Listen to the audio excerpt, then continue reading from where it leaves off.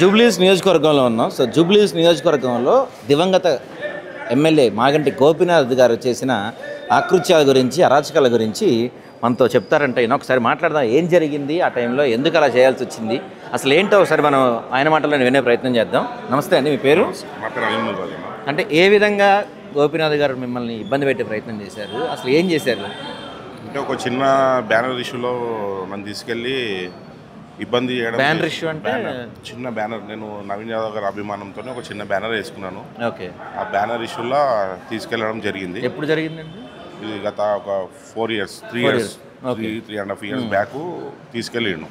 Banner విషయంలో తీసుకెళ్ళి చాలా ఇబ్బంది చేసి టాడిగ్రీ ప్రయాణం చేసి సిఐ పొల్యూషన్ సిఐ మాగంటికి వీడియో కాల్ చేస్తూ అక్కడ మాగంటి నవ్వుతున్నాడు ఎమ్మెల్యే, ఇక్కడ సిఐ నవ్వుతున్నాడు. సార్ హ్యాపీ సార్ అని కొడుతుండు.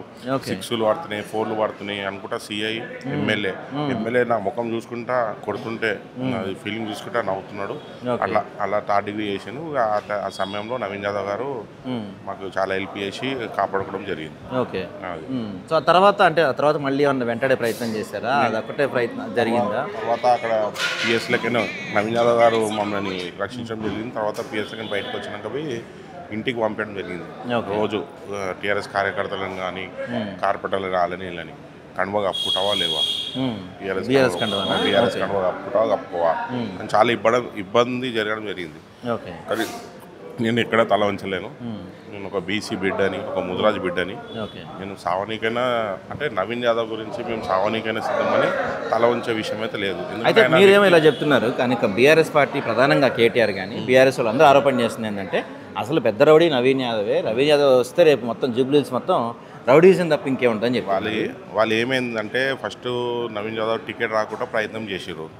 నవీన్ యాదవ్ గారికి పేరు ఎప్పుడైతే అనౌన్స్ అయిందో ఈయన తట్టుకోవాలంటే ఎలా అనేది ఒక ప్లాన్ చేసి రౌడీ అనుకుంటే ఇలా బ్లేమ్ చేయడం, అంటే ఆయన జనాభా, ఆయన నామినేషన్ ఇవన్నీ చూసి తట్టుకోలేక రౌడీ అని చెప్పి ఇట్లా ప్రచారం చేయడం జరుగుతుంది. అంతా ఫేక్ వీడియోస్ ఫేక్ అవన్నీ జరుగుతుంది.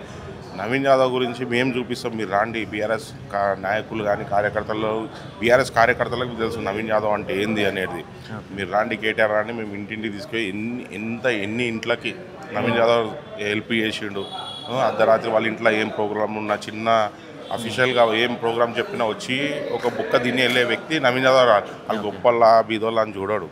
వచ్చి ఒక బుక్క అన్నం తినేసి వాళ్ళకి హాఫ్ అన్ అవర్ సంబంధించి ఏ పిల్లలు చిన్న విద్యార్థులు కలిసినా అని మీరు చదువుకుంటేనే మీ భవిష్యత్తు, మన కాశీ అనేది ఏందన్న ఉందంటే మీరు చదువుకుంటేనే మీ అమ్మాల కాశీలు, మీ చిన్న వ్యాపారాలు చేసి మీ తల్లిదండ్రులు చదివిస్తారు, మీరు చదువుకోవాలి బేటా, మీకు ఏమైనా ఇబ్బంది ఉంటే నేను చదివిస్తా అని చెప్పే వ్యక్తి నవీన్ యాదవ్ గారు. ఇప్పుడు సీఎం రేవంత్ రెడ్డి గారి కోరిక అదే ఉంది, ప్రతి ఒక్కరిని చదివించాలి, ఎస్సీ బీసీ మైనార్టీ సోదరులందరినీ బాగా గొప్ప చదివించాలి, వాళ్ళకు గవర్నమెంట్ జాబ్లో ప్రైవేట్ జాబ్లో మంచిగా వస్తే వాళ్ళు ఇల్లు బాగుపడుతుందని సీఎం రేవంత్ రెడ్డి గారు ఎలా కోరిక ఉందో చిన్నప్పటి నుంచి నవీన్ యాదవ్ కోరిక అదే ఉంది. ఎన్నో వేల మందిని చదివించిండు, గవర్నమెంట్ జాబ్లు వచ్చినాయి, ప్రైవేట్ జాబ్లు వచ్చినాయి, అందరూ హ్యాపీగా ఉన్నారు.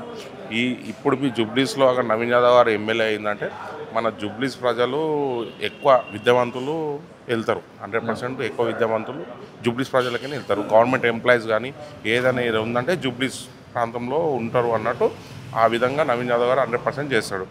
మన బీసీలు అందరూ అర్థం చేసుకొని నవీన్ యాదవ్ని గెలిపించుకొని మన పిల్లల భవిష్యత్తు గురించి ఆలోచన చేసి మనం ముందుకు నడవాలని నేను కోరుకుంటున్నాను.